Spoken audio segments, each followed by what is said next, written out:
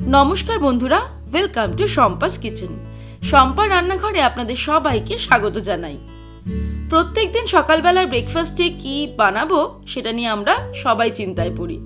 নিত্য নতুন ব্রেকফাস্ট খেতে যেমন ভালো লাগে, তৈরি করাটা ততটাই কঠিন।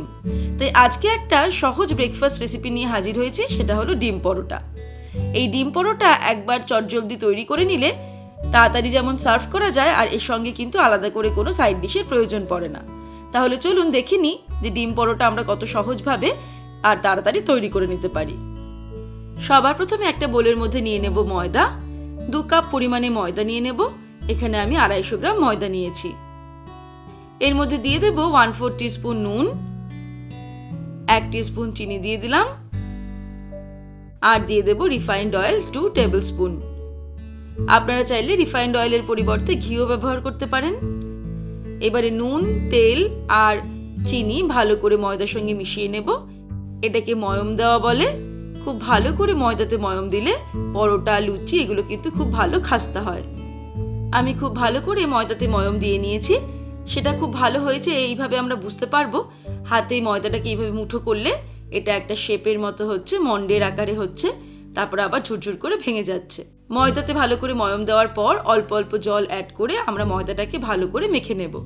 সাধারণ যেমন আমরা লুচি পরোটার জন্য ময়দা মাখি, ঠিক একইভাবে ময়দাটাকে সফট করে মেখে নিতে হবে। 1/2 কাপ জল ব্যবহার করে ময়দাটাকে আমি মেখে নিলাম।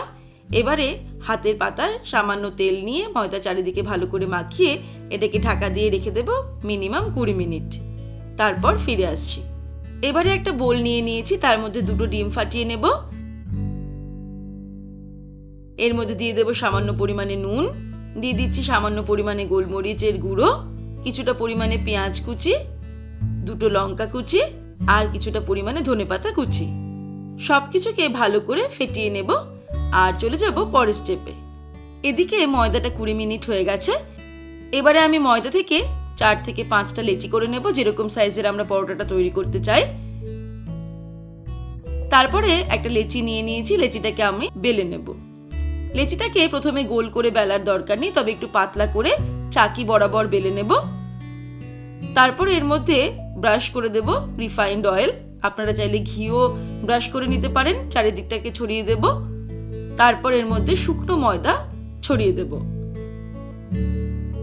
শুকনো ময়দা ছড়িয়ে নেওয়ার পর এবারে একটা ছুরি দিয়ে এইভাবে একটা কাট করে তারপর এইভাবে এটাকে রোল করে পুরো পরোটাটা মুড়িয়ে নেব।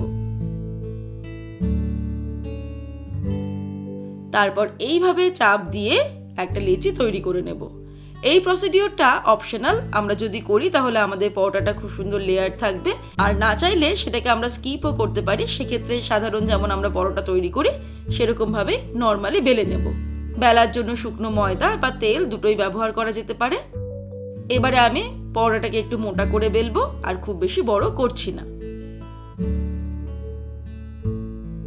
এবারে ফাইনাল স্টেপে আমি একটা ফ্রাইং প্যান গরম করে নিয়েছি।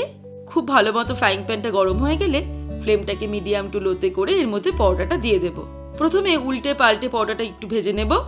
যখন পরোটার গায়ে এরকম ফুটি ফুটি দাগ হয়ে যাবে এর মধ্যে দিয়ে দেব রিফাইন্ড অয়েল। আপনারা চাইলে ঘিতেও পরোটা ফ্রাই করতে পারেন। দুদিকটা তেল দিয়ে ফ্রাই করে নেওয়ার পর এবারে এর মধ্যে 1 টেবিল স্পুন মতো ডিমের মিশ্রণ ওপর দিয়ে এইভাবে ছড়িয়ে দেব। ভালো করে ডিমটাকে স্প্রেড করে দেব চামচ দিয়ে। তারপর এটাকে আবারও উল্টে দেব। পরোটার অপর পিঠেও একইভাবে ডিম ছড়িয়ে দেব। ডিমের মিশ্রণটা ভালো করে চামচ দিয়ে স্প্রেড করে দেওয়ার পর আবারও উল্টে পাল্টে মিডিয়াম ফ্লেমে পরোটাটাকে ভেজে নিতে হবে। পরোটা ভাজা হয়ে গেলে গরম গরম সার্ভ করব। এই পরোটাগুলো আপনারা সসের সঙ্গেও সার্ভ করতে পারেন, আবার এটা শুধু শুধু খেতেও কিন্তু খুবই ভালো লাগে। এইভাবে ডিম পরোটা সকালবেলার ব্রেকফাস্টে আমরা খুব তাড়াতাড়ি তৈরি করে নিতে পারি, আর এটা সার্ভ করার জন্য আলাদা করে কোনো সাইড ডিশও লাগবে না, আর ছোট বড় সবাই কিন্তু খুব মজা করে খাবে। তাহলে দর্শক বন্ধুরা, আজকের এই রেসিপি আপনাদের কেমন লাগলো আমাকে ভিডিওর নিচে কমেন্ট সেকশনে কমেন্ট করে জানাবেন। ভালো লাগলে লাইক করার অনুরোধ রইল, আর বন্ধুদের সঙ্গে কিন্তু অবশ্যই শেয়ার করুন। ভালো থাকবেন, সুস্থ থাকবেন। আমি আবার হাজির হব নতুন নতুন রেসিপির সঙ্গে। নমস্কার।